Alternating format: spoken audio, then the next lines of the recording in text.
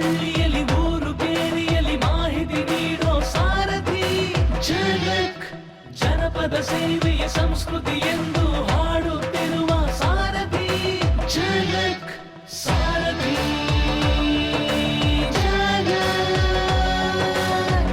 ನೀವು ಕೇಳ್ತಾ ಇದ್ದೀರಾ ಸಾರಥಿ ಝಲಕ್ 90.4 FM. ಕೇಳ್ರಪ್ಪೋ ಕೇಳ್ರಿ. ನಮಸ್ಕಾರ ಸ್ನೇಹಿತರೆ, ಎಂದಿನಂತೆ ನಿಮ್ಮ ನೆಚ್ಚಿನ ಆತ್ಮೀಯ ಗೆಳೆಯ ಆರ್ ಜಿ ಸುನಿಲ್ ಮಾಡುವಂಥ ನಮಸ್ಕಾರಗಳು. ಶುದ್ಧ ಜಲ, ಸ್ವಚ್ಛ ನೆಲ, ಆರೋಗ್ಯವಾಗಿರಲಿ ಜೀವ ಸಂಕುಲ. ಇದು ಗ್ರಾಮೀಣ ಕುಡಿಯುವ ನೀರು ಮತ್ತು ನೈರ್ಮಲ್ಯ ಇಲಾಖೆ, ಕರ್ನಾಟಕ ಸರ್ಕಾರ ಪ್ರಾಯೋಜಕತ್ವದ ಈ ಒಂದು ವಿಶೇಷ ಸರಣಿ ಕಾರ್ಯಕ್ರಮಕ್ಕೆ ಪ್ರೀತಿಯ ಕೇಳಿಗರಿಗೆ ಕಾರ್ಯಕ್ರಮಕ್ಕೆ ಆತ್ಮೀಯದಿಂದ ಸ್ವಾಗತ, ಸುಸ್ವಾಗತ ಸ್ನೇಹಿತರೆ. ಈ ಒಂದು ವಿಶೇಷ ಸರಣಿ ಕಾರ್ಯಕ್ರಮಗಳ ಮೂಲಕ ನಮ್ಮ ಗ್ರಾಮೀಣ ಜನತೆಗೆ ಶೌಚಾಲಯ, ಮಹಿಳಾ ಆರೋಗ್ಯ, ತ್ಯಾಜ್ಯ ನಿರ್ವಹಣೆ, ನೀರಿನ ಸಂರಕ್ಷಣೆ, ಕುಡಿಯುವ ನೀರು, ಪ್ಲಾಸ್ಟಿಕ್ ಪರ್ಯಾಯ ಪರಿಸರ ಸ್ನೇಹಿ ವಸ್ತುಗಳ ಬಳಕೆ, ಈ ಒಂದು ಎಲ್ಲ ವಿಚಾರಗಳ ಬಗ್ಗೆ ಮಾಹಿತಿ ನೀಡೋದ್ರ ಮೂಲಕ ಅರಿವು ಮತ್ತು ಜಾಗೃತಿಯನ್ನು ನಾವು ಮೂಡಿಸ್ತಾ ಬರ್ತಾ ಇದ್ದೀವಿ. ಅದೇ ರೀತಿಯಲ್ಲಿ ಇವತ್ತಿನ ದಿನ ಶೌಚಾಲಯ ಬಳಕೆಯಿಂದ ಮಕ್ಕಳಿಗೆ ಆಗುವಂಥ ಅನುಕೂಲಗಳ ಬಗ್ಗೆ ಮಾಹಿತಿಯನ್ನು ತಿಳಿಸ್ಕೊಡೋದಕ್ಕೆ ಹೊಸಕೋಟೆ ತಾಲೂಕಿನ ಮಹಿಳಾ ಮತ್ತು ಮಕ್ಕಳ ಅಭಿವೃದ್ಧಿ ಇಲಾಖೆಯ ಹೊಸಕೋಟೆ ಅರ್ಬನ್ ಹಾಗೂ ಅನಗೊಂಡಳ್ಳಿ ವೃತ್ತದ ಅಂಗನವಾಡಿ ಮೇಲ್ವಿಚಾರಕರಾದಂತಹ ಕಲ್ಪನಾ ರೀತಿಯ ಕಾರ್ಯಕ್ರಮದಲ್ಲಿ ನಮ್ಮ ಜೊತೆಗಿದ್ದಾರೆ. ಇವರು ಇವತ್ತಿನ ದಿನ ಶೌಚಾಲಯಗಳ ಬಳಕೆಯಿಂದ ಮಕ್ಕಳಿಗಾಗುವಂಥ ಅನುಕೂಲಗಳ ಬಗ್ಗೆನೇ ಮಾಹಿತಿ ನೀಡಲಿದ್ದಾರೆ. ಇದರ ಬಗ್ಗೆ ಸಾಕಷ್ಟೊಂದು ವಿಚಾರಗಳನ್ನ ತಿಳಿಸ್ಕೊಡ್ಲಿದ್ದಾರೆ. ಪ್ರತಿಯೊಬ್ಬರು ಸಹ ಶೌಚಾಲಯ ಬಳಕೆಯಿಂದ ಮಕ್ಕಳಿಗಾಗುವಂಥ ಅನುಕೂಲಗಳ ಬಗ್ಗೆ ತಿಳ್ಕೋಬೇಕು ಮತ್ತು ಅದನ್ನು ಅಳವಡಿಸ್ಕೊಳ್ಬೇಕು ಅಂತಕ್ಕಂಥದ್ದನ್ನು ಇವತ್ತಿನ ಕಾರ್ಯಕ್ರಮದಲ್ಲಿ ತಿಳಿಸ್ಕೊಡ್ದ ಇವತ್ತಿನ ಕಾರ್ಯಕ್ರಮದ ಅತಿಥಿಗಳಾದಂಥ ಕಲ್ಪನಾ ಅವ್ರನ್ನ ಸಹ ನನ್ನ ಕಾರ್ಯಕ್ರಮಕ್ಕೆ ಮಾಡ್ಕೊಳ್ತಿದ್ದೀನಿ. ನಮಸ್ಕಾರಮ್ಮ, ತಮಗೆ ಕಾರ್ಯಕ್ರಮಕ್ಕೆ ಆತ್ಮದಿಂದ ಸ್ವಾಗತ, ಸುಸ್ವಾಗತಮ್ಮ. ನಮಸ್ತೆ ಸರ್. ಅಮ್ಮ, ಇವತ್ತಿನ ಕಾರ್ಯಕ್ರಮದಲ್ಲಿ ತಾವು ನಮ್ಮ ಗ್ರಾಮೀಣ ಜನತೆಗೆ ಎಸ್ಪೆಷಲಿ ಅದರಲ್ಲಿ ಮಕ್ಕಳಿಗೆ ಶೌಚಾಲಯ ಬಳಕೆಯಿಂದ ಮಕ್ಕಳಿಗಾಗುವಂಥ ಅನುಕೂಲಗಳ ಬಗ್ಗೆ ತಾವು ಮಾಹಿತಿಯನ್ನು ತಿಳಿಸ್ಕೊಡ್ತಿದ್ದೀರಮ್ಮ. ಮಕ್ಕಳ ಆರೋಗ್ಯದ ದೃಷ್ಟಿಯಿಂದ ಈ ಶೌಚಾಲಯಗಳ ಬಳಕೆ ಎಷ್ಟು ಮುಖ್ಯ ಆಗುತ್ತೆ, ಇದ್ರ ಬಗ್ಗೆ ತಾವು ಏನು ಹೇಳ್ತೀರಾ? ಸರ್, ನಮ್ಮದು ಮುಂದುವರಿಯುತ್ತಿರುವ ರಾಷ್ಟ್ರ ಅಥವಾ ಹಿಂದುಳಿದ ರಾಷ್ಟ್ರ ಅಂತಲೂ ಕನ್ಸಿಡರ್ ಮಾಡ್ತೀವಿ. ಇವತ್ತೇನಾಗಿದೆ ಅಂತಂದರೆ, ಭಾರತದಂತಹ ಮುಂದುವರಿಯುತ್ತಿರೋ ರಾಷ್ಟ್ರಗಳಲ್ಲಿ ಮಕ್ಕಳ ಆರೋಗ್ಯದ ಬಗ್ಗೆ ತುಂಬ ಗಮನ ಕೊಡಬೇಕಾದ ಅವಶ್ಯಕತೆ ಇದೆ. ಯಾಕೆಂದರೆ ನಾವು ಹೇಳ್ತೀವಿ ಇವತ್ತಿನ ಮಕ್ಕಳು ನಾಳೆಯ ಪ್ರಜೆಗಳು ಅಂತ. ಈ ನಾಳೆ ನಮ್ಮ ಸದೃಢ ಸಮಾಜ ಆಗಬೇಕು, ಸದೃಢ ದೇಶ ಆಗಬೇಕು ಅಂತಂದರೆ ಇವತ್ತಿನ ಮಕ್ಕಳು ಆರೋಗ್ಯವಾಗಿರಲೇಬೇಕಾಗತ್ತೆ. ಸೊ ಈ ಶೌಚಾಲಯ ಬಳಕೆ ಮಾಡೋದ್ರಿಂದ ಏನಾಗುತ್ತೆ ಅಂತಂದರೆ, ಮಕ್ಕಳಲ್ಲಿ ಆ ಒಂದು ನೈರ್ಮಲ್ಯದ ಬಗ್ಗೆ ಅಥವಾ ಆರೋಗ್ಯದ ಬಗ್ಗೆ ಒಂದು ಅರಿವನ್ನು ಮೂಡಿಸಿದಂಗೆ ಆಗುತ್ತೆ. ಈಗ ನಾವು ಯಾಕೆ ಮಕ್ಕಳಿಗೆ ಶೌಚಾಲಯಗಳನ್ನ ಬಳಸಬೇಕು, ಅವರ ಮಹತ್ವಗಳನ್ನ ನಾವು ತಿಳಿಸಿ ಹೇಳಬೇಕು ಅನ್ನೋದು ಇದು ನಮ್ಮ ಮನೆಯಲ್ಲಿ ಹೆತ್ತವ್ರ ಕರ್ತವ್ಯನೂ ಹೌದು, ಶಾಲೆ ಮತ್ತು ಅಂಗನವಾಡಿಗಳಲ್ಲಿ ಶಿಕ್ಷಕರ ಕರ್ತವ್ಯನೂ ಹೌದು. ಯಾಕೆಂದರೆ ಬರೀ ಅಂಗನವಾಡಿಗಳಲ್ಲಿ ಅಥವಾ ಶಾಲೆಗಳಲ್ಲಿ ಹೇಳಿದರೆ ಸಾಲಲ್ಲ, ಮನೆಯಲ್ಲಿ ಸಹಿತ ನಾವು ಹೆತ್ತವರು ಅದನ್ನು ತಿಳಿಸ್ಕೊಡ್ಲೇಬೇಕಾಗತ್ತೆ. ಯಾಕೆಂದರೆ ಇವತ್ತು ಭಾರತದಂತಹ ಅನೇಕ ಹಿಂದುಳಿದ ರಾಷ್ಟ್ರಗಳಲ್ಲಿ ಅಥವಾ ಮುಂದುವರಿಯುತ್ತಿರೋ ರಾಷ್ಟ್ರಗಳಲ್ಲಿ ಮಕ್ಕಳನ್ನು ಅತಿಯಾಗಿ ಕಾಡ್ತಕ್ಕಂತಹ ಆರೋಗ್ಯದ ಸಮಸ್ಯೆ ಯಾವುದು ಅಂತಂದರೆ ಡಯೇರಿಯಾ. ಡಯೇರಿಯಾ ಅಂದ್ರೆ ಅತಿಸಾರ ಭೇದಿ. ಈ ಸಾಮಾನ್ಯವಾಗಿ ಅತಿಸಾರ ಭೇದಿ ಅಥವಾ ಡಯೇರಿಯಾ ನಾವು ಏನು ಹೇಳ್ತೀವಿ, ಇವತ್ತಿಗೂ ಸಹಿತ ಮಕ್ಕಳಲ್ಲಿ ತುಂಬ ಬಾಧಿಸ್ತಾ ಇದೆ. ಈ ಒಂದು ಸರಿ ಮಕ್ಕಳಲ್ಲಿ ಈ ಡಯೇರಿಯಾ ಸ್ಟಾರ್ಟ್ ಆಯಿತು ಅಂತಂದರೆ ಆ ಮಕ್ಕಳಲ್ಲಿರೋ ಪೌಷ್ಟಿಕಾಂಶಗಳು ಏನಾಗುತ್ತೆ ಅಂತಂದರೆ ಕಡಿಮೆ ಆಗ್ತಾ ಹೋಗುತ್ತೆ. ಸೊ ಈ ಡಯೇರಿಯಾಕ್ಕೆ ಮುಖ್ಯ ಕಾರಣನೇ ಏನು ಅಂತಂದ್ರೆ ನಾವು ಶೌಚಾಲಯಗಳನ್ನು ಬಳಕೆ ಮಾಡದೇ ಇರೋದು ಅಥವಾ ಬಯಲು ಮಲ ವಿಸರ್ಜನೆ ಮಾಡೋದು. ಇದರ ಅರಿವು ನಾವೇನು ಮಾಡಬೇಕು ಅಂತಂದರೆ ಮೊದಲು ಫಸ್ಟ್ ನಮ್ಮ ಹತ್ರ ಇರಬೇಕು, ಹೆತ್ತವರಲ್ಲಿ ಶಿಕ್ಷಕರಲ್ಲಿ ಇರಬೇಕು. ನಾವುಗಳು ಏನು ಮಾಡಬೇಕು, ದೊಡ್ಡವರಾದವರು ಅಂತಂದರೆ ಮಕ್ಕಳಲ್ಲಿ ಆ ಅರಿವನ್ನು ಮೂಡಿಸ್ಬೇಕು. ಬರೀ ಆರೋಗ್ಯದ ದೃಷ್ಟಿ ಅಂತಲ್ಲ, ಮಕ್ಕಳಲ್ಲಿ ಒಂದು ಶಿಸ್ತನ್ನು ಬೆಳೆಸಿದಂಗೆ ಆಗುತ್ತೆ. ನಾವು ಶೌಚಾಲಯಗಳ ಬಳಕೆಗಳ ಬಗ್ಗೆ ತಿಳುವಳಿಕೆ ಕೊಟ್ಟರೆ ಅವರಲ್ಲಿ ಅರಿವು ಮೂಡಿಸಿದಂಗೆ ಆಗುತ್ತೆ. ಯಾವುದ್ರ ಬಗ್ಗೆ ಅಂದರೆ ಒಂದು ಶಿಸ್ತು. ನಾವು ಪರಿಸರವನ್ನು ಅಸ್ವಚ್ಛತೆ ಮಾಡಬಾರ್ದು, ಪರಿಸರವನ್ನು ಸ್ವಚ್ಛವಾಗಿ ಇಟ್ಕೋಬೇಕು ಅನ್ನೋದೊಂದು ಅರಿವು ಬರುತ್ತೆ. ಮತ್ತು ಯಾವಾಗಲೂ ನಾವು ಮಕ್ಕಳಿಗೆ ಹೇಳಬೇಕು, ಶೌಚಾಲಯಗಳನ್ನು ಬಳಸಿದರೆ ಅದು ನಮಗೆ ಒಂದು ಗೌರವದ ಪ್ರತೀಕ ಅನ್ನೋದನ್ನು ಅವ್ರಿಗೆ ತಿಳಿಸ್ಕೊಡ್ಬೇಕಾಗತ್ತೆ. ಸೊ ಇದು ನಮ್ಮ ಕರ್ತವ್ಯ. ಈಗ ಸರ್ಕಾರ ಮನೆಗೊಂದು ಶೌಚಾಲಯ ಕಡ್ಡಾಯ ಮಾಡಿದೆ. ಗ್ರಾಮ ಪಂಚಾಯತಿ ಇರ್ಬೋದು, ನಗರಸಭೆ ಇರ್ಬೋದು, BBMPಗಳಿರ್ಬೋದು, ಪ್ರತಿಯೊಬ್ಬರ ಮನೆಯಲ್ಲೂ ಇವತ್ತು ಶೌಚಾಲಯಗಳನ್ನ ಕಂಪಲ್ಸರಿ ಮಾಡಿದೆ. ಬಟ್ ನಾವು ಎಲ್ಲಿ ಫೇಲ್ಯೂರ್ ಆಗ್ತಾ ಇದ್ದೀವಿ ಅಂತಂದರೆ, ಮನೆಯಲ್ಲಿ ಇರ್ತಕ್ಕಂಥ ಶೌಚಾಲಯಗಳನ್ನ ನಾವು ದೊಡ್ಡವ್ರು ಬಳಸ್ತಾ ಇದ್ದೀವಿ, ಇಲ್ಲ ಅಂತ ಹೇಳಲ್ಲ. ಆದರೆ ಆ ಒಂದು ಅರಿವನ್ನು ನಾವು ಚಿಕ್ಕ ಮಕ್ಕಳಲ್ಲಿ ಕೊಡ್ತಾ ಇಲ್ಲ. ಸಿಟಿಗಳಲ್ಲಿ ಕೊಡ್ತಾ ಇರ್ಬೋದು, ಆದರೆ ಹಳ್ಳಿಗಳ ಕಡೆಗೆ ನಾವು ಹೋದರೆ ಮನೇಲಿ ಶೌಚಾಲಯ ಇರುತ್ತೆ, ಬಟ್ ಮಕ್ಕಳು ಎಲ್ಲಿರ್ತವೆ ಅಂತಂದರೆ ಶೌಚಕ್ಕೆ ಮತ್ತು ರೋಡ್ ಸೈಡನ್ನೇ ಕೂತಿರ್ತಾರೆ. ಸೊ ಇದರಿಂದ ಅವ್ರಿಗೆ ಇಲ್ಲೇ ಕೂತ್ಕೋಬೇಕು, ನಾವು ಹೀಗೆ ಮಾಡಬೇಕು ಅನ್ನೋದು ಬೆಳೆಯುತ್ತೆ ಹೊರತು ನಾವು ಶೌಚಾಲಯಗಳನ್ನ ಬಳಸಬೇಕು ಅನ್ನೋ ಒಂದು ಕಾನ್ಸೆಪ್ಟು ಆ ಮಕ್ಕಳಿಗೆ ಬರೋದೇ ಇಲ್ಲ. ಸೊ ಇದನ್ನು ನಾವು ಅವ್ರಿಗೆ ಹೇಳ್ಕೊಡ್ಬೇಕಾಗತ್ತೆ. ಖಂಡಿತ. ಅಂದರೆ ಅಂಗನವಾಡಿ ಕೇಂದ್ರಗಳೇನೋ ಅಲ್ಲಿ ಸಹಾಯಕರು ಇರ್ತಾರೆ, ಅವರು ಶೌಚಾಲಯಗಳನ್ನು ಶೌಚ ಮಾಡಬೇಕಾದ್ರೆ ಮಕ್ಕಳಿಗೆ ಶೌಚಾಲಯ ಬಳಿಯಲ್ಲೇ ಅವ್ರಿಗೆ ಶೌಚ ಮಾಡೋದಕ್ಕೆ ಬಿಡ್ತಾರೆ, ಅಲ್ಲಿ ಒಂದು ಕಡೆ ಹವ್ಯಾಸ ಆಗುತ್ತೆ. ಆದರೆ ಮನೆಗಳಲ್ಲಿ ತಾವು ಹೇಳಿದಾಗೇ ತಾಯಿಯಂದರು ಅಥವಾ ಪೋಷಕರು, ಮುಖ್ಯವಾಗಿ ತಾವು ಹೇಳಿದಾಗೇ ಯಾವುದೇ ಕಾರ್ಯಕ್ರಮಗಳು ಹೋಗ್ಬೋದು, ಅವರು ಮಾತ್ರ ಹಿರಿಯರು ಅಥವಾ ದೊಡ್ಡವರು ಯಾರೇ ಆಗಿದ್ರೂ ಅವ್ರು ಬಂದು ಶೌಚಾಲಯಗಳನ್ನ ಬಳಕೆ ಮಾಡ್ತಾರೆ. ಆದರೆ ಮಕ್ಕಳನ್ನು ಹೊರಗಡೆ ಎಲ್ಲೇ ಕರ್ಕೊಂಡೋಗ್ಲಿ ಅಥವಾ ಮನೆ ಬಳಿಯಲ್ಲೂ ಸಹ ನಾವು ನೋಡ್ತೀವಿ, ರಸ್ತೆ ಬದಿಯಲ್ಲೋ ಅಥವಾ ಎಲ್ಲೋ ಒಂದು ಕಡೆಯಲ್ಲಿ ಬಯಲು ಪ್ರದೇಶಗಳಲ್ಲಿ ಅವರು ಶೌಚಗಳನ್ನು ಮಾಡೋದಕ್ಕೆ ಬಿಟ್ಬಿಡ್ತಾರೆ. ಇದು ಮಕ್ಕಳ ಆರೋಗ್ಯದ ಮೇಲೆ ಯಾವ ತಿಳಿ ದುಷ್ಪರಿಣಾಮ ಬೀರ್ಬೋದು ಒಂದು. ಮತ್ತು ಈ ಹವ್ಯಾಸಗಳನ್ನು ಬದಲಾವಣೆ ಮಾಡೋದ್ರಲ್ಲಿ ಪೋಷಕರ ಪಾತ್ರ ಬಹಳ ಮುಖ್ಯ. ಯಾಕಂದರೆ ಅಂಗನವಾಡಿಗಳಲ್ಲಿ ಅವರು ಬೆಳಗಿಂದ ಒಂದು ಸಂಜೆವರೆಗೂ ಏನೋ ಇರ್ಬೋದು ಬಹುಶಃ, ಇನ್ನು ಮಿಕ್ಕಿದ ಟೈಮಲ್ಲಿ ಎಲ್ಲ ತಾಯಿ ಜೊತೆಗೆ ಇರ್ತಾರೆ ಅಥವಾ ಪೋಷಕರ ಜೊತೆಗೆ ಇರ್ತಾರೆ. ಏನು ಹೇಳ್ತೀರಾ ಇದ್ರ ಬಗ್ಗೆ ಅಮ್ಮ? ಸರ್, ನಾವು ಯಾಕೆ ಶೌಚಾಲಯಗಳ ಬಳಕೆ ಮಹತ್ವ ತುಂಬ ಇದೆ ಅಂತ ನಾವು ಹೇಳ್ತಾ ಇದ್ದೀವಿ, ಅಥವಾ ರೋಡ್ ಸೈಡ್ ರಸ್ತೆ ಬದಿಯಲ್ಲಿ ಅಥವಾ ಇನ್ನೆಲ್ಲೋ ಎಲ್ಲಿ ಸ್ಪೇಸ್ ಸಿಗುತ್ತೋ ಅಲ್ಲಿ ಮಕ್ಕಳನ್ನ ಶೌಚಕ್ಕೆ ಬಯಲು ಮಲ ವಿಸರ್ಜನೆ ಕಳಿಸಬಾರದು ಅಂತ ಹೇಳ್ತಾ ಇದ್ದೀವಿ ಅಂತಂದರೆ, ಒಂದು ನಾನು ಆಗಲೇ ಹೇಳಿದ ಹಾಗೆ ಡಯೇರಿಯಾ ಇವತ್ತು ಮಕ್ಕಳನ್ನ ಅತಿ ಹೆಚ್ಚಾಗಿ ಕಾಡ್ತಾ ಇದೆ. ಸೊ ಈ ಡಯೇರಿಯಾಗೆ ಮುಖ್ಯ ಕಾರಣನೇ ಈ ನೈರ್ಮಲ್ಯ ಇಲ್ಲದೆ ಇರೋದು ಅಥವಾ ಶೌಚಾಲಯಗಳ ಬಳಕೆಯನ್ನು ಮಾಡದೇ ಇರೋದು. ಸೊ ಏನು ಬಯಲು ಮಲ ವಿಸರ್ಜನೆ ಮಾಡಿರ್ತಾರೆ ಅದ್ರ ಮೇಲೆ ಕೂತಿರ್ತಕ್ಕಂತಹ ನೊಣಗಳು ಏನಾಗುತ್ತೆ, ನಾವು ತಿನ್ನೋ ಫುಡ್ಡಲ್ಲಿ ಬಂದು ಕೂತು ಅದು ಅಪವಿತ್ರ ಮಾಡಿಬಿಡ್ತವೆ. ಸೊ ನಮ್ಮ ದೊಡ್ಡವರಲ್ಲಿ ಏನಾಗುತ್ತೆ ಅಂತಂದ್ರೆ ಇಮ್ಯುನಿಟಿ ಪವರ್ ಜಾಸ್ತಿ ಇರೋದ್ರಿಂದ ನಾವು ಅದನ್ನ ಸ್ವಲ್ಪ ಸಹಿಸ್ಕೋಬಹುದು. ಮಕ್ಕಳಲ್ಲಿ ಆ ಇಮ್ಯುನಿಟಿ ಪವರ್ ಇಲ್ಲದೆ ಇರೋದ್ರಿಂದ ಸಣ್ಣ ಪುಟ್ಟ ವಿಷಯಗಳಿಗೂ ಸಹಿತ ಮಕ್ಕಳಿಗೆ ಈ ಡಯೇರಿಯಾ ಅಂದ್ರೆ ಅತಿಸಾರ ಬೇದಿ ಅಥವಾ ವಾಮಿಟ್ ಆಗೋದು ಇಂಥ ಸಮಸ್ಯೆಗಳು ಕಾಡಕ್ಕೆ ಸ್ಟಾರ್ಟ್ ಆಗುತ್ತೆ. ಒಂದು ಸರಿ ಡಯೇರಿಯಾ ಅಥವಾ ಅತಿಸಾರ ಬೇದಿ ಅಂತ ಹೇಳ್ತೀವಿ, ಇದು ನಮಗೆ ಸ್ಟಾರ್ಟ್ ಆಗಿಬಿಟ್ರೆ ಮಕ್ಕಳಲ್ಲಿ ಇರ್ತಕ್ಕಂತಹ ಪೌಷ್ಟಿಕಾಂಶಗಳು ಏನೇ ತಿಂದರೂ ಸಹಿತ ಆ ಮಕ್ಕಳಲ್ಲಿ ಇರ್ತಕ್ಕಂಥ ಪೌಷ್ಟಿಕಾಂಶಗಳೆಲ್ಲ ದೇಹದಿಂದ ಹೊರಗೆ ಹೋಗ್ಬಿಡುತ್ತೆ. ನೀರು ಸಹಿತ ಎಷ್ಟು ಕುಡಿದ್ರೂ ಸಹಿತ ಏನಾಗುತ್ತೆ ಅಂತಂದ್ರೆ ದೇಹ ನಿರ್ಜಲೀಕರಣ ಆಗ್ತಾ ಹೋದಂಗೆ ಮಕ್ಕಳ ಬೆಳವಣಿಗೆ ಮೇಲೆ ತುಂಬಾ ಪರಿಣಾಮ ಬೀರುತ್ತೆ. ಇವತ್ತಿಗೂ ಸಹಿತ ಭಾರತದಲ್ಲಿ ಎಸ್ಪೆಷಲಿ ಈ ಎಲ್ಲ ಮೂಲ ಕಾರಣ ಅಂತಂದ್ರೆ ಈ ಶೌಚಾಲಯಗಳ ಬಳಕೆ ಮಾಡದೇ ಇರೋದು. ಅತಿಸಾರ ಬೇದಿ, ಡಯೇರಿಯಾ ಅಥವಾ ಮಕ್ಕಳಲ್ಲಿ ಅಪೌಷ್ಟಿಕತೆ ಬರೋದು, ಇದರಿಂದ ಏನಾಗ್ತಾ ಇದೆ ಅಂತಂದ್ರೆ ಸ್ಟಂಟಿಂಗ್ ಸಮಸ್ಯೆ ಬಹಳ ಕಾಡ್ತಾ ಇದೆ. ಸ್ಟಂಟಿಂಗ್ ಅಂತಂದ್ರೆ ಒಂದು ವಯಸ್ಸಿಗೆ ಇಷ್ಟೇ ಹೈಟ್ ಇರಬೇಕು ಅಂತ ಒಂದು ಗೈಡ್ಲೈನ್ಸ್ ಇದೆ. ಸೊ ಆ ಪ್ರಕಾರ ಏನಾಗ್ತಾ ಇದೆ ಅಂತಂದ್ರೆ ಆ ಮಕ್ಕಳ ವಯಸ್ಸಲ್ಲಿ ಆ ಒಂದು ಎತ್ತರ ಆಗ್ಲಿ ಅಥವಾ ಆ ಒಂದು ತೂಕ ಆಗ್ಲಿ ಕಾಣಿಸ್ತಾ ಇಲ್ಲ. ಯಾಕೆಂದ್ರೆ ಇಲ್ಲೇ ಲಾಸ್ ಆಗ್ತಾ ಇದೆ, ಪೌಷ್ಟಿಕಾಂಶಗಳೆಲ್ಲ ಇಲ್ಲೇ ಲಾಸ್ ಆಗ್ತಾ ಇರೋದ್ರಿಂದ ಮಕ್ಕಳು ಏನಾಗ್ತಾ ಇದೆ ಅಂತಂದ್ರೆ ಸಾಮಾನ್ಯವಾಗಿ ಅವಕ್ಕೆ ವಯಸ್ಸಿಗೆ ತಕ್ಕ ಎಷ್ಟು ಹೈಟ್ ಇರಬೇಕಾಗುತ್ತೋ, ಎತ್ತರ ಇರಬೇಕಾಗುತ್ತೋ ಅಷ್ಟು ಆಗ್ತಾ ಇಲ್ಲ. ಇದು ಸಹಿತ ಸ್ಟಂಟಿಂಗ್ ನಮ್ಮಲ್ಲಿ ಕಾಡ್ತಾ ಇದೆ. ಇವತ್ತಿಗೂ ಸಹಿತ ಭಾರತದಲ್ಲಿ 10 ಮಕ್ಕಳಲ್ಲಿ 4 ಮಕ್ಕಳು ಸ್ಟಂಟಿಂಗ್ ಮಕ್ಕಳು ಇದಾವೆ ಅಂತ ಹೇಳುತ್ತೆ ಯುನಿಸೆಫ್. ಅದೇ ರೀತಿ 38% ನಮ್ಮಲ್ಲಿ ಇವತ್ತು ಇಂಡಿಯಾದಲ್ಲಿ ಮಕ್ಕಳು ಡಯೇರಿಯಾದಿಂದ ಬಳಲ್ತಾ ಇದ್ದಾರೆ. ಸೊ ಇದೆಲ್ಲ ಮುಖ್ಯ ಕಾರಣ ಅಂತಂದ್ರೆ ಈ ನೈರ್ಮಲ್ಯ ಇಲ್ಲದೆ ಇರೋದು, ಬಯಲು ಮಲ ವಿಸರ್ಜನೆ ಮಾಡೋದು, ಶೌಚಾಲಯಗಳ ಸಮರ್ಪಕ ಬಳಕೆ ಇಲ್ಲದೆ ಇರೋದು, ಇದು ನಾವು ತಿಳಿಸ್ಕೊಡ್ಬೇಕಾಗಬೇಕಾಗುತ್ತೆ ಸರ್. ಖಂಡಿತ. ಅದ್ರ ಜೊತೆಗೇನೆ ಈ ಶೌಚಾಲಯ ಬಳಕೆ ಸಂದರ್ಭದಲ್ಲಿ ಅಲ್ಲಿನ ನೈರ್ಮಲ್ಯ ಬಹಳ ಮುಖ್ಯ. ಅಂದರೆ ಶೌಚಾಲಯ ಬಳಕೆ ಮಾಡಿದ ನಂತರ ಕೈಗಳ ಸ್ವಚ್ಛತೆ ಇರ್ಬೋದು ಅಥವಾ ವೈಯಕ್ತಿಕ ಸ್ವಚ್ಛತೆ ಇರ್ಬೋದು, ಈ ಶೌಚಾಲಯದ ನಿರ್ವಹಣೆ ಬಗ್ಗೆ ಈ ಮಕ್ಕಳಿಗೆ ಯಾವ ತಿನ್ನಲಿ ಇದ್ರ ಬಗ್ಗೆ ಪೋಷಕರಾದಂಥವ್ರು ತಿಳಿಸ್ಕೊಡ್ಬೇಕಾಗುತ್ತೆ ಅಥವಾ ಪೋಷಕರು ತಿಳಿಸ್ಕೊಡೋ ಜೊತೆಗೇನೆ ಅದನ್ನ ಅವ್ರು ಮಾಡಿಸ್ಬೇಕಾಗುತ್ತೆ ಅವ್ರು. ಯಾಕಂದ್ರೆ ಚಿಕ್ಕ ಮಕ್ಕಳಿಂದ ಅವ್ರಿಗೆ ಇದ್ರ ಬಗ್ಗೆ ಅರಿವಿರೋದಿಲ್ಲ. ಇದ್ರ ಬಗ್ಗೆ ತಾವು ಏನು ಹೇಳ್ತೀರಮ್ಮ? ಸರ್, ನಾವು ಸುಮಾರು ಈಗ 3-4 ವರ್ಷದಿಂದ ಮಕ್ಕಳಲ್ಲಿ ನಾವು ಶೌಚಾಲಯ ಬಳಕೆಯ ಅರಿವನ್ನು ಮೂಡಿಸೋದ್ರ ಜೊತೆಗೆ ನಮ್ಮ ಅಂಗನವಾಡಿಗಳಲ್ಲಿ ಏನ್ ಮಾಡ್ತಾ ಇದೀವಿ ಅಂತಂದ್ರೆ ಸ್ವಚ್ಛವಾಗಿ ಕೈಗಳನ್ನ ಹೇಗೆ ತೊಳ್ಕೋಬೇಕು, ಶೌಚಕ್ಕೆ ಹೋಗಿ ಬಂದ ಮೇಲೆ ಕೈಗಳನ್ನ ಹೇಗೆ ತೊಳ್ಕೋಬೇಕು ಅನ್ನೋದನ್ನ ನಾವು ಹಾಡುಗಳ ಮುಖಾಂತರ ಮಕ್ಕಳಲ್ಲಿ ಅಥವಾ ಡಾನ್ಸ್ಗಳ ಮುಖಾಂತರ ನಾವು ಹೇಳ್ಕೊಡ್ತಾ ಇದ್ದೀವಿ. ಸೊ ಇದು ನಮ್ಮ ಅಂಗನವಾಡಿನಲ್ಲಿ ಇರ್ತಕ್ಕಂಥ ಸಮಯ ಎಷ್ಟು ಅಂದರೆ 9:30ಯಿಂದ 4 ಗಂಟೆವರೆಗೂ ಇರ್ತಾರೆ. ಸೊ ಅಲ್ಲಿ ಒಂದ್ಸರಿ ಹೋಗ್ಬೋದು ಶೌಚಕ್ಕೆ ಅಥವಾ ಹೋಗದೇನೂ ಇರಬಹುದು. ಆದರೆ ಆ ಒಂದು ನಾವು ಏನು ಹೇಳ್ಕೊಟ್ಟಿರ್ತೀವಿ ಅಂಗನವಾಡಿನಲ್ಲಿ ಅಥವಾ ಶಾಲೆಗಳಲ್ಲಿ ಅದನ್ನು ಮಕ್ಕಳು ಮನೆಯಲ್ಲಿ ಮಾಡಿದರೆ ಅದಕ್ಕೆ ತಂದೆ ತಾಯಿ ಆದವರು ಪ್ರೋತ್ಸಾಹ ಕೊಡಬೇಕಾಗತ್ತೆ. ಅದು ಏನಾಗ್ತಾ ಇದೆ ಅಂತಂದ್ರೆ ನೆಗ್ಲಿಜೆನ್ಸಿ ಆಗ್ತಾ ಇದೆ. ಏನೋ ಒಂದು ಕಲಿತವೆ, ಇಲ್ಲಿ ಬಂದು ಏನೋ ಒಂದು ಮಾಡ್ತವೆ ಅನ್ನೋದೊಂದು ಆಗ್ತಾ ಇದೆ. ಸೊ ಅದಾಗಬಾರ್ದು. ಏನೋ ಹೇಳಿದ್ದಾರೆ ಟೀಚರ್ ಅಥವಾ ಯಾರೋ ಒಬ್ರು ದೊಡ್ಡವರು ಹೇಳಿದ್ದಾರೆ, ಇದರಲ್ಲಿ ಅರ್ಥ ಇದೆ ಅಂತ ಅಂದ್ಕೊಂಡು ಮಕ್ಕಳಿಗೆ ಸಾಮಾನ್ಯವಾಗಿ ಶೌಚಕ್ಕೆ ಹೋಗಿ ಬಂದ್ಮೇಲೆ ಸೋಪನ್ನು ಅಥವಾ ಸ್ಯಾನಿಟೈಸರ್ ಅನ್ನು ಬಳಸಿ ಮಕ್ಕಳಿಗೆ ಸ್ವಚ್ಛವಾಗಿ ಸ್ವಚ್ಛ ನೀರಿನಿಂದ ಕೈ ತೊಳೆಯೋದು ಮಾಡೋ ಅಭ್ಯಾಸವನ್ನ ಇಟ್ಕೋಬೇಕು. ಈವನ್ ಊಟಕ್ಕೆ ಕೂರಕ್ಕಿಂತ ಮೊದಲಾಗ್ಲಿ ಸಹಿತ ಮಕ್ಕಳಿಗೆ ಸ್ವಚ್ಛವಾಗಿ, ಯಾಕೆಂದ್ರೆ ಅವು ಹೊರಗಡೆ ಆಡು ಬಂದಿರ್ತವೆ, ಮಣ್ಣು ಧೂಳು ಎಲ್ಲ ಕೈನಲ್ಲಿ ಕೂತಿರುತ್ತೆ, ಅವಾಗ್ಲೂ ಸಹಿತ ಅವುಗಳಿಗೆ ಮಕ್ಕಳಿಗೆ ಸ್ವಚ್ಛವಾಗಿ ಕೈ ತೊಳ್ಕೊಳ್ಳೋ ಅಭ್ಯಾಸವನ್ನ ತಂದೆ ತಾಯಿಯಾದವರು ಮತ್ತೆ ಅಂಗನವಾಡಿಗಳಲ್ಲಿ ಶಿಕ್ಷಕಿಯರು ಅಥವಾ ಸಹಾಯಕಿಯರು ಅದನ್ನ ರೂಢಿಸ್ಕೋಬೇಕಾಗುತ್ತೆ. ಸೊ ಇದು ಮಕ್ಕಳಲ್ಲಿ ಒಂದು ಸರಿ ನಾವು ಒಂದು 6 ತಿಂಗಳ ಅಭ್ಯಾಸ ಮಾಡಿದ್ರೆ ಸಾಕು ಸಹಿತ ಅದು ಜೀವನ ಪೂರ್ತಿ ಅವ್ರಿಗೆ ಹೋಗುತ್ತೆ. ಯಾಕೆಂದ್ರೆ ನಾವು ಹೇಳ್ತೀವಿ ಮಕ್ಕಳಲ್ಲಿ 3 ವರ್ಷದ ಬುದ್ಧಿ 100 ವರ್ಷ ಇರುತ್ತೆ ಅಂತ. ಸೊ ಇಲ್ಲಿನ ಸ್ಟಾರ್ಟಿಂಗ್ ನಾವು ಬೇಸ್ ಅವ್ರಿಗೆ ಹಾಕ್ಬಿಟ್ವಿ ಅಂತಂದ್ರೆ ಜೀವನ ಪೂರ್ತಿ ಅವ್ರು ಅದನ್ನೇ ಆ ಶಿಸ್ತನ್ನೇ ಅವ್ರು ಮಾಡ್ಕೊಂಡು ಹೋಗ್ತಾರೆ, ಯಾವುದೇ ತೊಂದರೆಗಳು ಇರೋದಿಲ್ಲ.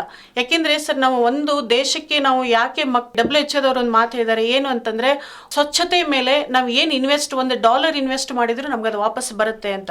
ಯಾಕೆ ಅಂತಂದ್ರೆ ಆರೋಗ್ಯ ಮುಖ್ಯ. ಎಕ್ಸಾಂಪಲ್ ನೋಡಿ, ಸರ್ಕಾರಗಳು ಯಾವಾಗಲೂ ಆರೋಗ್ಯದ ಮೇಲೇನೆ ದುಡ್ಡು ಇನ್ವೆಸ್ಟ್ ಮಾಡ್ತಾ ಹೋದ್ರೆ ಅದರ ಬೆಳವಣಿಗೆ ಆಗೋದಿಲ್ಲ. ಅವಾಗ ಆರ್ಥಿಕ ಹೊಡೆತ ಬೀಳುತ್ತೆ. ಫಾರ್ ಎಕ್ಸಾಂಪಲ್, ಮನೆಯಲ್ಲಿ ಯಾವಾಗಲೂ ಬರೀ ಒಬ್ರು ಪೇಷಂಟ್ ಇದ್ದು ಅಥವಾ ಮಾರಣಾಂತಿಕ ಕಾಯಿಲೆಯಿಂದ ಬಳಲ್ತಾ ಇದ್ರೆ ಆ ಮನೆಯವರು ದುಡ್ದಿದ್ದನ್ನೆಲ್ಲ ಬರೀ ಆ ಪೇಷಂಟ್ ಮೆಡಿಸಿನ್ಗೆ ಹಾಕ್ತಾ ಹೋದ್ರೆ ಮನೆಯಲ್ಲಿ ಬೇರೆ ಡೆವಲಪ್ಮೆಂಟ್ಸ್ಗಳು ಆಗೋದೇ ಇಲ್ಲ. ಹಾಗೇನೆ ದೇಶನೂ ಸಹಿತ ಆರೋಗ್ಯದ ಮೇಲೆ ಅದು ಎಷ್ಟು ಇನ್ವೆಸ್ಟ್ ಮಾಡುತ್ತೋ ಅಷ್ಟು ಬೇರೆ ಬೇರೆ ಕ್ಷೇತ್ರಗಳಲ್ಲಿ ಅದು ಹಿಂದುಳಿತಾ ಹೋಗುತ್ತೆ. ಸೊ ಯಾವಾಗ ಮಕ್ಕಳಿಂದ ನಾವು ಆರೋಗ್ಯವನ್ನ ಆರಂಭ ಮಾಡ್ತೀವೋ ಮುಂದೆ ದೇಶದ ಸಶಕ್ತ ದೇಶನೂ ಬೆಳೆಯುತ್ತೆ, ಆರ್ಥಿಕವಾಗಿನೂ ಸಹಿತ ದೇಶ ಮುಂದುವರಿಯುತ್ತೆ, ಕುಟುಂಬನೂ ಮುಂದುವರಿಯುತ್ತೆ.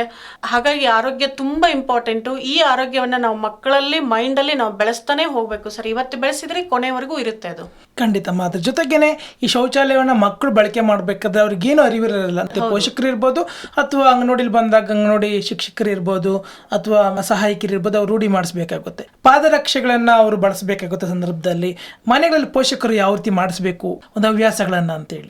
ಸರ್, ಅದು ಮಾಡಿಸ್ಲೇಬೇಕಾಗತ್ತೆ. ಶೌಚಕ್ಕೆ ಹೋಗುವಾಗ ಮಾತ್ರ ಕಡ್ಡಾಯವಾಗಿ ಪಾದರಕ್ಷೆಗಳನ್ನ ಬಳಸಿ ಅಂತ ನಾವು ಹೇಳ್ತೀವಿ.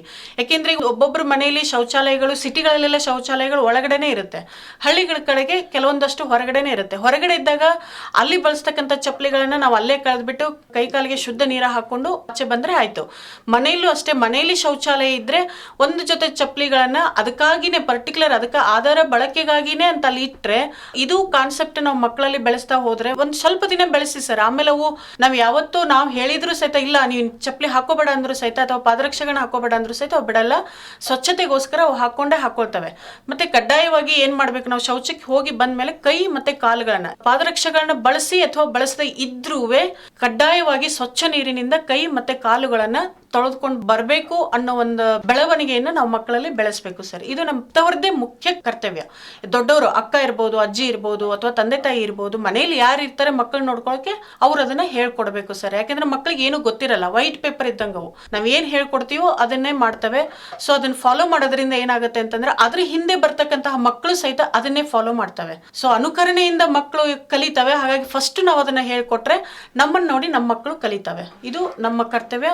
ಖಂಡಿತಮ್ಮ. ಹಾಗೆ ಶೌಚಾಲಯಗಳನ್ನ ಬಳಕೆ ಮಾಡಿಲ್ಲ ಮಕ್ಕಳು ಅನ್ನೋ ಪಕ್ಷದಲ್ಲಿ, ಯಾಕಂದರೆ ತಾವು ಹೇಳ್ತಿದ್ರಿ ಮಕ್ಕಳ ಬೆಳವಣಿಗೆಯಲ್ಲಿ ಅಥವಾ ಅನೈರ್ಮಲ್ಯದಿಂದಾಗಿ ಇದೆಲ್ಲ ಸಮಸ್ಯೆಗಳು ಕಾಣಿಸ್ಕೊಳ್ಳುತ್ತೆ ಅಂತೇಳಿ ಹೇಳ್ತಿದ್ರಿ.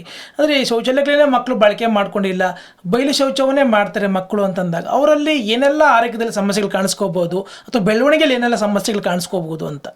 ಅದೇ ಸರ್, ಶೌಚಾಲಯಗಳ ಬಳಕೆ ಮಾಡಲಿಲ್ಲ ಅಥವಾ ಬಯಲು ಮಲ ವಿಸರ್ಜನೆ ಮಾಡಿದ್ರೆ ಮಕ್ಕಳೇ ಮಾಡಿರ್ಬೋದು, ದೊಡ್ಡವರೇ ಮಾಡಿರ್ಬೋದು. ಅದರಲ್ಲಿ ಎಸ್ಪೆಷಲಿ ಮಕ್ಕಳು, ನಾನು ಹೇಳಿದೆ ಅದು ಇಮ್ಯುನಿಟಿ ಪವರ್ ತುಂಬಾ ಮಕ್ಕಳಲ್ಲಿ ಕಡಿಮೆ ಇರೋದ್ರಿಂದ ಬಯಲು ಶೌಚಾಲಯ ಅವು ಮಾಡಿ ಬಂದ್ಬಿಟ್ರೆ ಅಲ್ಲಿ ಕೂಳ್ತಿರ್ತಕ್ಕಂತಹ ನೊಣಗಳು, ಕ್ರಿಮಿ ಕೀಟಗಳು ಅದೇನ್ ಮಾಡುತ್ತೆ ಅಂತಂದ್ರೆ ಮಗುವಿನ ದೇಹವನ್ನ ಫುಡ್ಡಿನ ಮುಖಾಂತರ ಅಥವಾ ನೀರಿನ ಮುಖಾಂತರ ಪ್ರವೇಶ ಮಾಡುತ್ತೆ. ಸೊ ಅದು ಒಂದು ಸರಿ ವೈರಾಣುಗಳು ಪ್ರವೇಶ ಮಾಡಿಬಿಟ್ರೆ ಆ ಮಗುವಿನ ದೇಹದಲ್ಲಿ ವೆರೈಟಿ ಆಫ್ ಡಿಸೀಸಸ್ಗಳನ್ನ ಕ್ರಿಯೇಟ್ ಮಾಡುತ್ತೆ. ಅದು ಅತಿಸಾರ ಇರ್ಬೋದು, ಜ್ವರ ಇರ್ಬೋದು ಅಥವಾ ನಿಶಕ್ತಿತನ ಇರ್ಬೋದು. ನಾವು ಎಲ್ಲೆಲ್ಲೋ ಮೆಡಿಸಿನ್ಗಳನ್ನ ತಗೊಳ್ತೀವಿ, ಮೆಡಿಸಿನ್ಗಳನ್ನ ಕುಡಿಸ್ತೀವಿ, ಆದರೆ ಅದ್ರ ಬೇಸ್ ಹಿನ್ನೆಲೆ ಅದು ನಾವು ಯಾಕೆ ಆ ಮಗುವಿಗೆ ಇಷ್ಟೆಲ್ಲ ಕಾರಣ ಆಗ್ತಾ ಇದೆ ಅನ್ನೋದು ನಾವು ವಾಪಸ್ ನೋಡೋದೇ ಇಲ್ಲ. ಡಾಕ್ಟರ್ ಯಾವುದೋ ಒಂದು ಮೆಡಿಸಿನ್ ಕೊಡ್ತಾರೆ, ಆ ಮೆಡಿಸಿನ್ ಕುಡಿಸ್ತೀವಿ ಹೊರತು ಯಾಕೆ ಇದು ಬಂತು, ನಾವು ಎಲ್ಲಿ ತಪ್ಪು ಮಾಡಿದ್ವಿ ಅಥವಾ ಮಗು ಎಲ್ಲಿ ಹೋಗಿ ಬಂತು ಅನ್ನೋದನ್ನ ನಾವು ಗಮನನೇ ಕೊಡೋದಿಲ್ಲ. ಇದು ತುಂಬಾ ನೆಗ್ಲಿಜೆನ್ಸಿ ಆಗ್ತಾ ಇರೋದು ಹಳ್ಳಿಗಳ ಕಡೆಗೆ. ಸಿಟಿನಲ್ಲಿ ಸ್ವಲ್ಪ ಎಜುಕೇಟೆಡ್ ಇರೋದ್ರಿಂದ ಪರವಾಗಿಲ್ಲ, ಒಳಗಡೆನೆ ಎಲ್ಲ ಇರೋದ್ರಿಂದ ಪರವಾಗಿಲ್ಲ, ಬಟ್ ಹಳ್ಳಿ ಕಡೆಗೆ ತುಂಬಾ ಕಾಣಿಸ್ತಾ ಇದೆ ಇಂಥ ಕಾಯಿಲೆಗಳು. ಸೊ ಹಾಗಾಗಿ ಮಗುವಿನ ಬೆಳವಣಿಗೆ ತುಂಬಾ ಕುಂಠಿತ ಆಗುತ್ತೆ. ಎಷ್ಟು ಬೆಳಿಬೇಕು ಅಷ್ಟು ಬೆಳೆಯಲ್ಲ, ಅದ್ರ ತೂಕ ಎಷ್ಟು ಇರುತ್ತೋ ಅಷ್ಟು ತೂಕ ಇರಲ್ಲ. ಸೊ ತುಂಬಾ ವೀಕ್ ಆಗುತ್ತೆ, ಕುಬ್ಜ ಬೆಳೆಯುತ್ತೆ ಅಂದ್ರೆ ಕುಳ್ಳಕ್ಕಿರುತ್ತೆ, ಹೈಟು ಬರಲ್ಲ, ಅದಕ್ಕೆ ಶಕ್ತಿ ಇರಲ್ಲ, ಬರೀ ದೇಹ ಒಣಗಿದಂಗಿರೋದು, ಸ್ಕಿನ್ ಒಣಗಿದಂಗಿರೋದು, ಹಸಿವು ಆಗದೆ ಇರೋದು ಮಕ್ಕಳಿಗೆ. ಈ ಎಲ್ಲ ಕಾಯಿಲೆಗಳು ಏನಾಗುತ್ತೆ ಅಂತಂದ್ರೆ ನೈರ್ಮಲ್ಯದ ಕಡೆಗೆ ನಾವು ಗಮನ ಕೊಡ್ಲಿಲ್ಲ ಅಂತಂದ್ರೆ, ಮಕ್ಕಳಿಗೆ ಜಾಸ್ತಿ ಅಸ್ವಚ್ಛತೆ ಇತ್ತು ಅಂತಂದ್ರೆ ಅದು ತುಂಬಾ ಇಫೆಕ್ಟ್ ಆಗುತ್ತೆ ಸರ್. ಎಲ್ಲಕ್ಕಿಂತ ಜಾಸ್ತಿ ಇಫೆಕ್ಟ್ ಆಗೋದು ಈ ಅಸ್ವಚ್ಛತೆ. ಅಸ್ವಚ್ಛತೆಗೆ ಹಲವಾರು ಕಾರಣಗಳು ಇರಬಹುದು, ಬಟ್ ಅದರಲ್ಲಿ ಮುಖ್ಯವಾದ ಕಾರಣ ಈ ಬಯಲು ಮಲ ವಿಸರ್ಜನೆ ಅಥವಾ ಶೌಚಾಲಯಗಳ ಬಳಕೆಯನ್ನು ಮಾಡದೇ ಇರೋದು. ಖಂಡಿತವಾಗಿ. ಒಟ್ಟಾರಾಗಿ ಶೌಚಾಲಯಗಳ ಬಳಕೆಯಿಂದ ಮಕ್ಕಳಿಗಾಗುವಂಥ ಅನುಕೂಲಗಳ ಬಗ್ಗೆ ಸಾಕಷ್ಟೊಂದು ಮಾಹಿತಿನ ತಾವು ತಿಳಿಸ್ಕೊಟ್ಟಿದ್ದೀರಾ. ಹಾಗೆ ಸಾಕಷ್ಟು ಅನುಕೂಲಗಳನ್ನೇ ಮಕ್ಕಳಿಗಾಗುತ್ತೆ, ಮಕ್ಕಳ ಬೆಳವಣಿಗೆಯಲ್ಲಾಗಿರ್ಬೋದು ಮತ್ತು ಆರೋಗ್ಯವಾಗಿರ್ಬೋದು ಅಂತಕ್ಕಂಥ ವಿಚಾರಗಳನ್ನ ತಾವು ತಿಳಿಸ್ಕೊಡ್ತಿದ್ದೀರಾ. ಕೊನೆಯದಾಗಿ ನಮ್ಮ ಗ್ರಾಮೀಣ ಜನತೆಗೆ, ಅದರಲ್ಲಿ ಪೋಷಕರಿಗೆ ಮುಖ್ಯವಾಗಿ ಶೌಚಾಲಯಗಳ ಬಳಕೆಯಿಂದಾಗುವಂಥ ಅನುಕೂಲಗಳ ಕುರಿತಾಗಿ ತಾವು ತಮ್ಮ ಕಡೆಯಿಂದ, ತಮ್ಮ ಇಲಾಖೆ ಕಡೆಯಿಂದ ಇರ್ಬೋದು ಕೆಲವೊಂದು ಸಲಹೆ ಸೂಚನೆಗಳನ್ನು, ಕೆಲವೊಂದು ಮಾಹಿತಿಗಳನ್ನು ತಿಳಿಸ್ಕೊಡೋದಾದ್ರೆ ಕೊನೆಯದಾಗಿ ಏನು ತಿಳಿಸ್ಕೊಡೋದಕ್ಕೆ ಬಯಸ್ತೀರಮ್ಮ? ಗ್ರಾಮೀಣ ತಂದೆ ತಾಯಿಗಳಿಗೆ ಎಸ್ಪೆಷಲಿ ತಂದೆ ಹೊರಗೆ ದುಡಿಯೋದ್ರಿಂದ ಮಕ್ಕಳ ಕಡೆಗೆ ಅಷ್ಟಾಗಿ ಗಮನ ಕೊಡಲ್ಲ. ತಾಯಿನೇ, ನಾವು ಜನನಿನೇ ಹೆತ್ತ ತಾಯಿ ಮೊದಲ ಗುರು ಅಥವಾ ರಕ್ಷಕರು ಅಂತ ಹೇಳ್ತೀವಿ. ಸೊ ಎಸ್ಪೆಷಲಿ ನಾವು ತಾಯಂದ್ರಿಗೆ ಅಥವಾ ಮನೆಯಲ್ಲಿರ್ತಕ್ಕಂತಹ ಯಾರು ಆ ಮಕ್ಕಳನ್ನ ನೋಡ್ಕೊಳ್ತಾ ಇರ್ತಾರೆ ಅವ್ರಿಗೆ ನಾನು ಒಂದು ವಿನಂತಿ ಮಾಡ್ಕೊಡ್ತೀನಿ, ಏನಂತಂದ್ರೆ ಮಕ್ಕಳ ಸ್ವಚ್ಛತೆಯ ಬಗ್ಗೆ ಗಮನ ಕೊಡಿ. ಮಗು ಎಲ್ಲೇ ಹೋಗಿ ಬಂದ್ರು ಅದ್ರ ಕೈ ಮತ್ತೆ ಕಾಲುಗಳನ್ನ ಸ್ವಚ್ಛವಾಗಿ ತಿಳಿ ನೀರಿನಿಂದ, ನೀವು ಪ್ರತಿ ಸರಿನೇ ಸೋಪ್ ಹಾಕ್ಲೇಬೇಕು ಅಂತ ಏನಿಲ್ಲ, ಸ್ವಚ್ಛವಾಗಿ ತಿಳಿ ನೀರಿನಿಂದ ಕೈ ಮತ್ತೆ ಕಾಲುಗಳನ್ನ ತೊಳೆದು ಆ ಮಕ್ಕಳನ್ನ ಒಳಗೆ ಕರ್ಕೊಳ್ಳಿ. ಊಟಕ್ಕೆ ಕೂರೋವಾಗ್ಲೂ ಅಷ್ಟೇ ಸ್ವಚ್ಛವಾಗಿ ಆ ಮಕ್ಕಳನ್ನ ಕೈ ತೊಳೆದ್ಬಿಟ್ಟು ಊಟಕ್ಕೆ ಕೂರಿಸಿ. ಸಾಧ್ಯವಾದಷ್ಟು ನಿಮ್ಮ ಮನೆಯಲ್ಲಿ ಶೌಚಾಲಯಗಳು, ಈಗ ಸರ್ಕಾರ 100% ಶೌಚಾಲಯಗಳನ್ನ ಮಾಡಿದೆ, ಕಡ್ಡಾಯವಾಗಿ ಶೌಚಾಲಯಗಳನ್ನ ಮಾಡಿದೆ. ಈಗ ಎಲ್ಲೂ ಯಾವ ಹಳ್ಳಿನಲ್ಲೂ ಇಂಥ ಮನೆಯಲ್ಲಿ ಶೌಚಾಲಯ ಇಲ್ಲ ಅಂತ ಅನ್ನೋಂಗಿಲ್ಲ, ಯಾಕೆಂತಂದ್ರೆ ಸರ್ಕಾರ ಅದಕ್ಕಾಗಿ ತುಂಬಾ ಶ್ರಮ ವಹಿಸ್ತಾ ಇದೆ. ಸೊ ದಯವಿಟ್ಟು ಶೌಚಾಲಯಗಳನ್ನ ಬಳಸಿ. ಮಕ್ಕಳಿಗೂ ಸಹಿತ ಮುಖ್ಯವಾಗಿ ಮಕ್ಕಳಿಗೆ ಬಳಸಕ್ಕೆ ಹೇಳ್ಕೊಡಿ. ನೀವು ಎಷ್ಟು ಮನೆಯಲ್ಲಿ ಆ ಮಕ್ಕಳ ಬಗ್ಗೆ ಕಾಳಜಿ ತಗೊಳ್ತಿರೋ ತಾಯಂದಿರು, ಹೌದು ದುಡಿಮೆ ಹೊರಗಡೆ ಹೋಗ್ಲೇಬೇಕಾಗತ್ತೆ, ದುಡಿಬೇಕಾಗತ್ತೆ, ಅರ್ನಿಂಗ್ ನಮಗೆ ಬೇಕು, ಆದ್ರೆ ಮಕ್ಕಳು ಭವಿಷ್ಯ.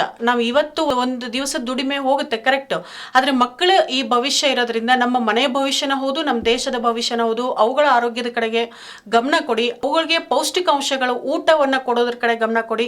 ಎಷ್ಟು ಸಾಧ್ಯ ಆಗುತ್ತೋ ಅಷ್ಟು ನೀರು ಕುಡಿಸೋದ್ರ ಕಡೆಗೆ ಗಮನ ಕೊಡಿ. ಯಾಕಂದ್ರೆ ಮಕ್ಕಳು ಒಂದು ಸರಿ ಚೆನ್ನಾಗಿ ಬೆಳೆದು ಬಿಟ್ರೆ ನೀವು ಮತ್ತೆ ಮುಂದೆ ಅವುಗಳ ಮೇಲೆ ಇನ್ವೆಸ್ಟ್ ಮಾಡೋ ಅವಶ್ಯಕತೆನೇ ಇಲ್ಲ. ಸೊ ಯಾಕೆಂದ್ರೆ ನೀವು ತಿಂಗಳಿಗೆ 4-5 ಸರಿ ಹಾಸ್ಪಿಟಲ್ ಕರ್ಕೊಂಡೋಗಿ 1000-5000 ದುಡ್ಡು ಖರ್ಚು ಮಾಡೋ ಬದಲಾಗಿ ಅದೇ ದುಡ್ಡನ್ನ ನೀವು ಅಥವಾ ಅದರಲ್ಲೇ ಸ್ವಲ್ಪ ದುಡ್ಡನ್ನ ಬಳಸಿ ಮಕ್ಕಳಿಗೆ ಸ್ವಲ್ಪ ಟೈಮ್ ಅನ್ನ ವಿನಿಯೋಗಿಸಿ ಶೌಚಾಲಯಗಳನ್ನ ಬಳಸೋದನ್ನ ಹೇಳ್ಕೊಡಿ. ಬಯಲು ಮಲ ವಿಸರ್ಜನೆಯನ್ನ ತಪ್ಪಿಸಿಬಿಡಿ, ಅದನ್ನ ಕಡಿಮೆ ಮಾಡಿ ಅಂತ ನಾನು ಹೇಳಲ್ಲ, ಅದು ಆಗ್ಲೇಬಾರ್ದು, ಎಲ್ಲೂ ಆಗ್ಲೇ ಕೂಡುದು. ಮಕ್ಕಳು ನಿಮ್ಮ ಭವಿಷ್ಯ ಇದೆ. ಮಕ್ಕಳ ಬೆಳವಣಿಗೆ ಕಡೆ ಗಮನ ಕೊಡಿ, ಆರೋಗ್ಯದ ಕಡೆ ಗಮನ ಕೊಡಿ, ಅವರಿಗೆ ಪೌಷ್ಟಿಕಾಂಶದ ಊಟ ಕೊಡಿ, ಎಷ್ಟು ಸಾಧ್ಯ ಆಗುತ್ತೋ ಅಷ್ಟು ನೀರು ಕುಡಿಸಿ, ಶೌಚಾಲಯಗಳನ್ನ ಬಳಕೆ ಮತ್ತೆ ಮಕ್ಕಳಿಗೆ ಶಿಸ್ತು, ಗೌರವದಿಂದ ಬದುಕೋದನ್ನ ಹೇಳ್ಕೊಡಿ. ಇದು ತಾಯಂದ್ರ ಕರ್ತವ್ಯ, ನಾವು ಮಾಡಲೇಬೇಕು. ಖಂಡಿತ. ಒಟ್ಟಾರೆ ಇವತ್ತಿನ ಕಾರ್ಯಕ್ರಮದಲ್ಲಿ ಶೌಚಾಲಯ ಬಳಕೆಯಿಂದ ಮಕ್ಕಳಿಗಾಗುವಂಥ ಅನುಕೂಲಗಳ ಕುರಿತಾಗಿ ಸಂಪೂರ್ಣವಾಗಿ ಸಾಕಷ್ಟೊಂದು ಮಾಹಿತಿಯನ್ನು ತಾವು ತಿಳಿಸ್ಕೊಟ್ಟಿದ್ದೀರಾ. ನಿಮ್ಮ ಒಂದು ಸಲಹೆ ಸೂಚನೆಗಳನ್ನು ಅಥವಾ ಮಾಹಿತಿಯನ್ನು ಪ್ರತಿಯೊಂದು ತಾಯಂದಿರು ಅಥವಾ ಪೋಷಕರು ಪಾಲನೆ ಮಾಡಿದಲ್ಲಿ ಆರೋಗ್ಯಕರವಾದಂತಹ ಒಂದು ಮಗುವನ್ನು ಅಥವಾ ಮಗು ಬೆಳವಣಿಗೆಗೆ ಬಹಳ ಮುಖ್ಯವಾದಂಥ ಪಾತ್ರನ ವಹಿಸುತ್ತೆ ಅಂತೇಳಿ ಭಾವಿಸ್ತೀನಿ. ಒಟ್ಟಾರೆ ಇಷ್ಟೆಲ್ಲ ಮಾಹಿತಿ ನೀಡಿದ್ದಕ್ಕೆ ಕೆಳಗರ ಪರವಾಗಿ ತಮಗೆ ಹೃತ್ಪೂರ್ವಕವಾದಂಥ ಧನ್ಯವಾದಗಳು. ಸರ್, ತಮಗೂ ಧನ್ಯವಾದಗಳು. ನಮಗೂ ಒಂದು ಇಲಾಖೆಯಿಂದ ಕೆಲವೊಂದಷ್ಟು ಕಾರ್ಯಕ್ರಮಗಳನ್ನ ನಿಮ್ಮ ರೇಡಿಯೋ ಮುಖಾಂತರ ಕೊಡಬೇಕು ಅಂತಿತ್ತು. ಯಾಕೆಂತಂದ್ರೆ ಜಾಸ್ತಿ ಇವಾಗ ಕಮ್ಯುನಿಕೇಶನ್ ಹೋಗ್ಬೇಕು ಹಳ್ಳಿಯವ್ರಿಗೂ. ನಾವು ಪ್ರತಿಯೊಂದು ಮನೆಗೂ ಹೋಗಿ ಹೇಳ್ಬೇಕಾದ ಸಂದರ್ಭ ಬರೋದಿಲ್ಲ, ಅಥವಾ ಹೇಳೋವಂಥ ಒಂದು ಅಷ್ಟೊಂದು ಟೈಮ್ ಇವತ್ತು ನಮ್ಮ ಹತ್ರ ಇಲ್ಲ. ಸೊ ನಿಮ್ಮಗಳ ಮುಖಾಂತರ ನಾವು ಸಹಿತ ಸ್ವಲ್ಪ ಕೆಲವೊಂದು ನಮ್ಮ ಇಲಾಖೆಯಿಂದ ಕಾರ್ಯಕ್ರಮಗಳನ್ನ ಮಾಡಬೇಕು ಅಂತ ಇತ್ತು. ಅದರಲ್ಲಿ ತಾವು ಕರೆದು ಈ ಮಕ್ಕಳ ಶೌಚಾಲಯ ಬಳಕೆ ಬಗ್ಗೆ ಹೇಳಿದ್ದೀರಾ. ಸೊ ಇದರಿಂದ ಒಂದಷ್ಟು ಉಪಯೋಗ ಆಗುತ್ತೆ ಅಂತ ನಾವು ಅಂದ್ಕೊಳ್ತೀವಿ. ಯಾಕೆಂದ್ರೆ ನಮಗೆ ಒಂದಷ್ಟು ಜನರನ್ನ ತಲುಪಿದ ತೃಪ್ತಿ ಇದೆ. ಸೊ ನಿಮಗೆ ಮತ್ತೆ ನಿಮ್ಮ ಎಲ್ಲ ಸಿಬ್ಬಂದಿಗೂ ಧನ್ಯವಾದಗಳಮ್ಮ. ಸ್ನೇಹಿತರೆ, ಒಟ್ಟಾರೆ ಇವತ್ತಿನ ಕಾರ್ಯಕ್ರಮದಲ್ಲಿ ಹೊಸಕೋಟೆ ತಾಲೂಕಿನ ಮಹಿಳಾ ಮತ್ತು ಮಕ್ಕಳ ಅಭಿವೃದ್ಧಿ ಇಲಾಖೆಯ ಹೊಸಕೋಟೆ ಅರ್ಬನ್ ಹಾಗೂ ಅನಗೊಂಡಳ್ಳಿ ವೃತ್ತದ ಅಂಗನವಾಡಿ ಮೇಲ್ವಿಚಾರಕರಾದಂಥ ಕಲ್ಪನಾ ಅವರು ಇವತ್ತಿನ ಕಾರ್ಯಕ್ರಮದಲ್ಲಿ ಶೌಚಾಲಯ ಬಳಕೆಯಿಂದ ಮಕ್ಕಳಿಗಾಗುವಂಥ ಅನುಕೂಲಗಳ ಬಗ್ಗೆ ಸಾಕಷ್ಟೊಂದು ಮಾಹಿತಿಯನ್ನು ತಿಳಿಸಿಕೊಟ್ಟಿದ್ದಾರೆ. ಇದನ್ನು ಯಾರೆಲ್ಲ ತಾಯಂದಿರು ಪೋಷಕರು ಕೇಳಿದ್ದೀರಾ, ಇದನ್ನು ಪ್ರತಿಯೊಬ್ಬರು ನಿಮ್ಮ ಮಕ್ಕಳಲ್ಲಿ ಇದನ್ನು ಪ್ರತಿಯೊಬ್ಬರು ಅಳವಡಿಸ್ಕೊಂಡು ಮಕ್ಕಳಲ್ಲಿ ಶೌಚಾಲಯ ಬಳಕೆಯ ಕುರಿತಾಗಿ ಜಾಗೃತಿಯನ್ನು ಮೂಡಿಸಿ, ವೈಯಕ್ತಿಕ ಸ್ವಚ್ಛತೆ ಇರ್ಬೋದು, ಕೈಗಳ ಸ್ವಚ್ಛತೆ ಇರ್ಬೋದು, ಇವೆಲ್ಲದನ್ನು ಸಹ ತಾವು ನೈರ್ಮಲ್ಯವನ್ನು ಕಾಪಾಡಿಕೊಂಡ್ರೆ ಖಂಡಿತಗಳು ಒಳ್ಳೆಯ ಒಂದು ಆರೋಗ್ಯವಾದಂಥ ಬೆಳವಣಿಗೆ ಮಕ್ಕಳಲ್ಲಿ ನಾವು ಕಾಣ್ಬೋದು ಅಂತಕ್ಕಂಥದ್ದನ್ನು ಹೇಳ್ತಾ, ನೈರ್ಮಲ್ಯ ಸಂಪತ್ತು ಆರೋಗ್ಯ ಭಾಗ್ಯ ಅಂತ ಹೇಳ್ತಾ ಇವತ್ತಿನ ಈ ಒಂದು ವಿಶೇಷ ಸರಣಿ ಕಾರ್ಯಕ್ರಮವಾದಂಥ ಶುದ್ಧ ಜಲ ಸ್ವಚ್ಛ ನೆಲ ಆರೋಗ್ಯವಾಗಿರಲಿ ಜೀವ ಸಂಕುಲ, ಇದು ಗ್ರಾಮೀಣ ಕುಡಿಯುವ ನೀರು ಮತ್ತು ನೈರ್ಮಲ್ಯ ಇಲಾಖೆ ಕರ್ನಾಟಕ ಸರ್ಕಾರ ಪ್ರಾಯೋಜಕತ್ವದ ಈ ಒಂದು ವಿಶೇಷ ಸರಣಿ ಕಾರ್ಯಕ್ರಮವನ್ನು ಮುಕ್ತಾಯ ಮಾಡ್ತಿದ್ವಿ.